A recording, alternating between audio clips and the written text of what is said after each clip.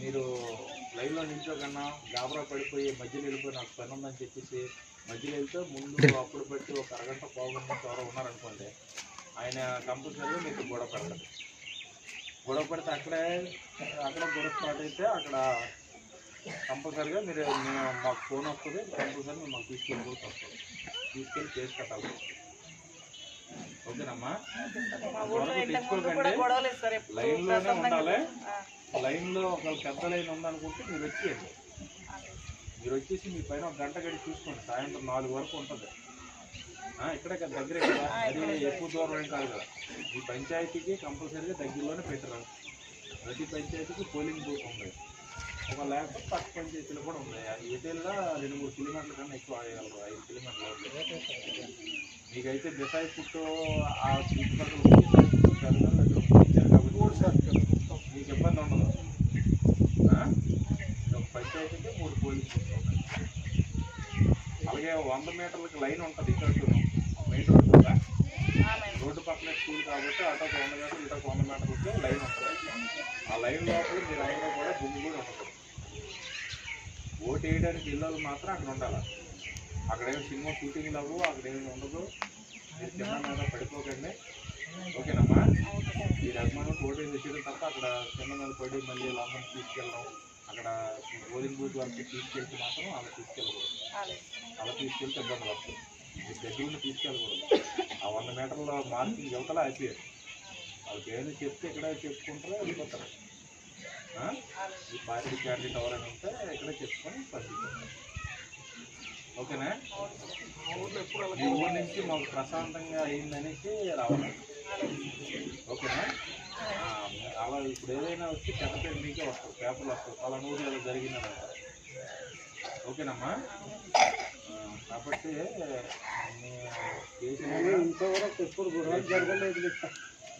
రేపు ఒక 50,000 లక్ష రూపాయలు పెట్టుకుంటేనే బెయిల్ అవ్వదు. చూసుకోండి. ఈ ఎలక్షన్లో ఉంటే మీకు ఇప్పుడు చాలా ఇబ్బందులు కూడా వస్తాయి.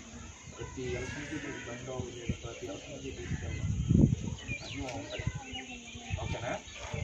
ఇంకేమీ మీరు కష్టపడిందే, కష్టపడి పని చేసుకుని మీరు తెచ్చిన డబ్బులు మీకు ఉంటాయి. వాళ్ళు గవర్నమెంట్ కూడా పథకాల ద్వారా ఇచ్చినవి వాళ్ళు ప్రజల డబ్బులే ఇస్తారు. వాళ్ళు జోబులను ఎవరు ఇచ్చారు చూస్తున్నారు. ఓకేనా? ఏ గవర్నమెంట్ వచ్చినా ఇప్పుడు పనులు చేస్తుంది. మీరు అనవసరంగా వాళ్ళ గురించి మీరు ఇబ్బందులు పడుతున్నారు. మీరు ఇంకేం చెప్పాల్సింది ఉందా? ఇంకేం సార్ నేను చెప్తాను కదా. అయితే మా కొట్టినప్పటి నుండి మాకు ఇంతవరకు ఎప్పుడు ఇలాగ ఎలక్షన్లో గొడవలకు లేదు సార్.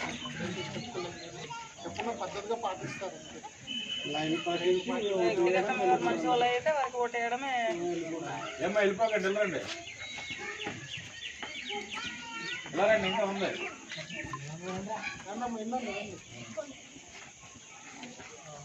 ఓకేనమ్మా? దాని గురించి చెప్పడానికి వచ్చాను. అలాగే మీకు ఈ ఊర్లో ఇంకొక ఇష్యూ ఏదో ఉంది. ఈ క్వారీ ఇష్యూ ఏదో పేపర్లు అక్కడ వేస్తాను, రైట్ మీకేం ఇబ్బంది ఉందా?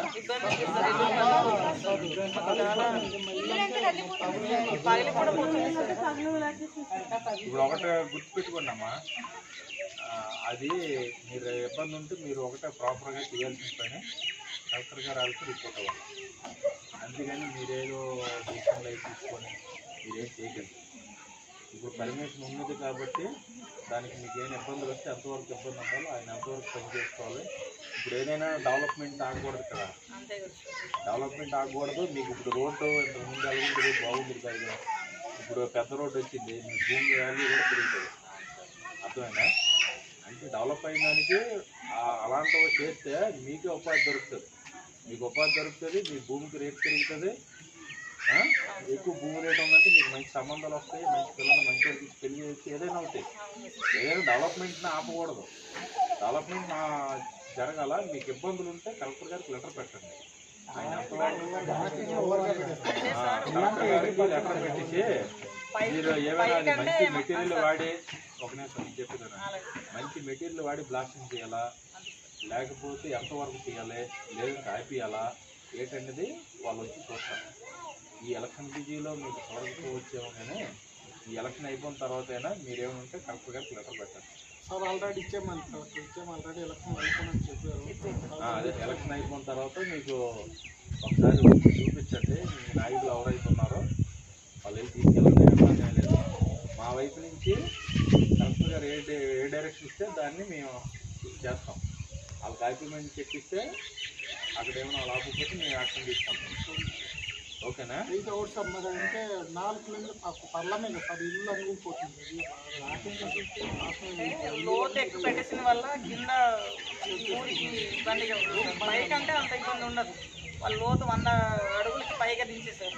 ఇప్పుడు ఒకటమ్మా, మీరు రాంగ్ డైరెక్షన్లో వెళ్ళకూడదు. ఎవరో చెప్పిన రాంగ్ డైరెక్షన్ వెళ్తే మీరు ఇబ్బంది పడతారు. మీరు ఒకటి ఆఫీసర్లు అధికారుల స్థలాలు కలిసి చేర్చుకోవాలి. మీకు ఒకరికి ఇబ్బంది వస్తుందంటే ఏదో 4-5 ఎవరికి ఫ్యామిలీస్కి ఇబ్బంది వస్తుంది, పిల్లలకి ఇబ్బంది వస్తుందంటే అది కన్సిడర్ చేస్తారు.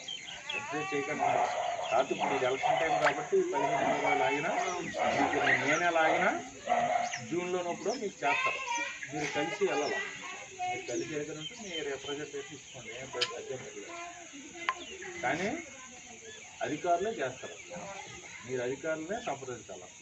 అంతేగాని మీరు ఎవరో నాయకులు మీ దగ్గరికి వచ్చారనుకోండి, మీరు వాళ్ళ మాట ఏమన్నా తప్పులేదు, వాళ్ళని అధికారుల దగ్గరికి తీసుకెళ్ళమని చెప్పాలి. అంతేగాని రాంగ్ వేలో వెళ్ళకూడదు. వాళ్ళు కొంతమంది రెచ్చగొట్టే వ్యాఖ్యలు చేస్తారు, అవన్నీ నవ్వుతాయి. అవి నమ్మితే రేపు మళ్ళీ మీకు ఇబ్బంది వస్తుంది. మీకు ఒకటే